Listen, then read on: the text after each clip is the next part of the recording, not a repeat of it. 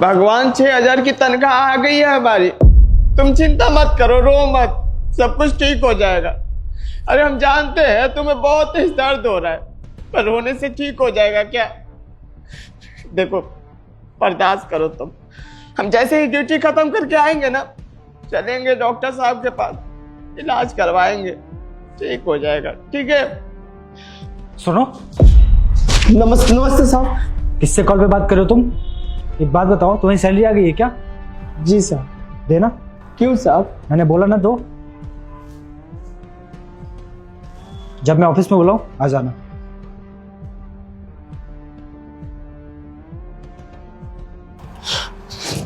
Hello भगवान, तुम सुन रही थी ना कि साहब आए थे, 6,000 रुपया मिला था, वो लेके चले गए।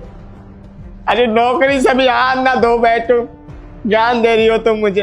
तुमको बोले थे ना कि जब भी हम ऑन ड्यूटी रहे बात ना किया करो, कॉल ना किया करो, पर तुम मानती ही नहीं हो। हाँ, ज्ञान मत दो मुझे, मैं बात कर लूंगा। ठीक है, तुम वो रखो, आ जाऊंगा। हे भगवान, तो मेरे पास पैसे नहीं है बीवी के इलाज कराने के लिए, और ऊपर से नौकरी से हाथ ना धो बैठो। रक्षा कीजिए भगवान। हाँ, वो मैं पूछ रहा था, तुमने सबको सैलरी दे दी? हाँ सर, टाइम पे सैलरी दे देती हूँ मैं। आपको तो मालूम है ना कितनी पंचुअल हूँ। जितनी सैलरी आपने मुझे दी और जिन जिन लोगों को देने के लिए कहा था ना, सबको देती है। सर आपने बुलाया मुझे? हाँ, मैंने बुलाया था। सर देखिए, हम मानते हैं कि हमसे बहुत बड़ी गलती हो गई, ऑन ड्यूटी हमें बात नहीं करनी चाहिए थी, पर आज के बाद कभी बात नहीं करेंगे साहब। वो आफत बहुत बड़ी थी, इसलिए कॉल पर बात कर लिए, माफ कर दीजिए सर। तुम परेशान लग रहे हो, कुछ बात है क्या? हाँ साहब, हमारी बीवी पेट से है, इसके पेट में बहुत ज़्यादा दर्द हो रहा है, सुबह से चीख चिल्ला रही है। हम ड्यूटी करने आ तो गए साहब, पर फोन पर रो रही थी कि बर्दाश्त नहीं हो रहा है जी। वहीं उसको बता रहे थे कि हमारी तनख्वाह आ गई है, हम शाम को चलेंगे, डॉक्टर साहब को दिखा देंगे। साहब जी, वो क्या है ना, हम अच्छे से इलाज भी नहीं करा पा रहे हैं क्योंकि तनख्वाह कम पड़ रही है, मतलब पैसे ही नहीं बचता मेरे पास। सैलरी कम पड़ रही है? कितनी सैलरी है तुम्हारी? वो साहब जी, हमारी सैलरी अब सर, सैलरी उतनी ही मिलती है जितनी आप मुझे देने के लिए कहते हैं। अब इससे पूछे क्या ही फायदा, मैं बता रही हूँ ना, मैंने सबको टाइम से सैलरी दी है। अरे सर, आप भी क्या इससे पूछे जा रहे हैं? तुम यहाँ खड़े खड़े शक्ल क्या देख रहे हो? हमारे बड़े लोग बात कर रहे हैं ना, जाओ तुम जाके वहां पे चौकीदारी करो, नहीं तो कोई घुस जाएगा। जाओ। रुको, तुम अपनी बकवास बंद करो। तुम बताओगे तुम्हारी सैलरी कितनी है?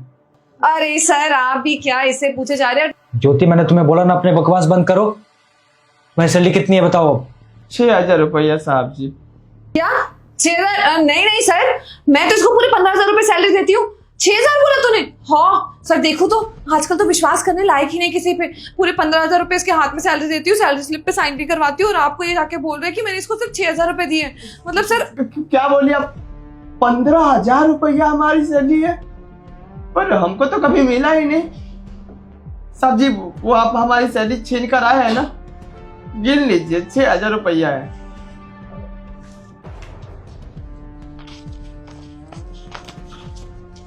हाँ, ये तो 6,000 रुपए है।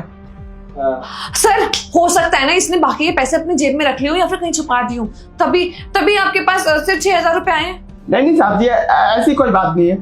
हमारी सैलरी जब मिली थी ना, तो उसको लेकर, और जब तक मैं कंपनी में था उसको लेकर, अब सीसीटीवी कैमरा चेक कर लीजिए, हम कहीं नहीं गए हैं, पैसा इधर उधर नहीं किया है, हमारी सैलरी इतनी मिलती है। साहब जी, मैडम क्यों झूठ बोल रही है आप?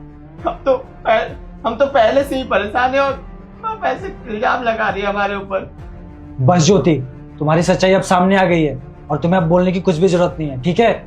और अगर फिर भी तुम कुछ बोलना चाहती हो, बोलो, मैं सीसीटीवी कैमरा चेक करूं। देखो, तुम्हारी खामोशी से साफ पता चल रहा है कि तुमने गलती करी है। तुम बताओ ये कि तुमने ऐसा क्यों करा? सर वो मेरे बॉयफ्रेंड का बर्थडे था और उसको मुझे गिफ्ट देना था। उसने इतने महंगे गिफ्ट की डिमांड कर ली थी, और मैं उसे डिसअपॉइंट नहीं करना चाहती थी। पैसे कम पड़ रहे थे, तो मैंने सोचा क्यों ना उसकी सैलरी में से रख लूँ।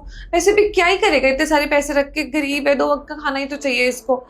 इसलिए सर मैंने इसकी सैलरी रख ली। अच्छा, एक बात बताओ, तुम्हारी सैलरी कितनी है? 50,000।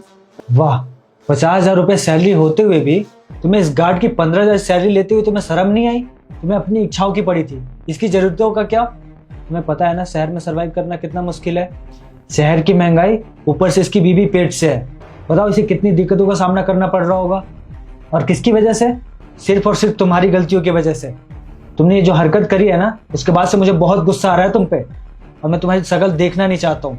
इसलिए अभी के अभी तुम इस ऑफिस से निकल जाओ, और तुम्हें यहाँ पे नौकरी करने की कोई जरूरत नहीं है। सर प्लीज नौकरी से मत निकालिए सर। क्या होता है, यही साधन है मेरे पास कमाने का। अगर नौकरी से निकाल देंगे तो मैं कहाँ जाऊंगी? इतनी जल्दी तो कोई मुझे नौकरी पे रखेगा भी नहीं। सर गलती हो गई, मैं मानती हूँ, माफी मांग लूंगी उसके लिए। ये सब तुम्हें पहले सोचना चाहिए था, जब इस बेचारे का तुम हक मार रही थी। बस अब मुझे कुछ नहीं सुनना, तुम निकल जाओ यहाँ से। और हाँ, तुम्हारे इस महीने की पेंडिंग सैलरी जो है ना, वो इसे मिलेगी, क्योंकि तुमने इसका हक मारा है। सर कम से कम सैलरी तो दे दीजिए मेरी। देखो, मेरे स्टाफ की वजह से जो तुम्हें दिक्कतों का सामना करना पड़ा है, उसके लिए मैं तुमसे माफ़ी मांगता हूँ। आइंदा ऐसा कभी नहीं होगा। जी साहब, आपका बहुत बहुत शुक्रिया साहब जी। अगर आप नहीं होते तो हमें पता ही नहीं चलता कि हमारी तनख्वाह 15,000 रुपया है। हम तो 6,000 रुपया में ही अपना गुजारा कर रहे थे। और एक बात, ये सब होने के बाद तो समझ में आ गई साहब जी कि आपके लिए इस कंपनी में जो भी काम कर रहा है ना, एक बराबर है। बहुत बहुत शुक्रिया साहब जी। और सुनो, तुम्हारी जो सैलरी है ना, शाम तक मैं क्लियर करा दूंगा, और तुम्हारी बीबी के इलाज में जो भी खर्चा लगेगा ना, मैं पे कर दूंगा। जी शुक्रिया। जाओ।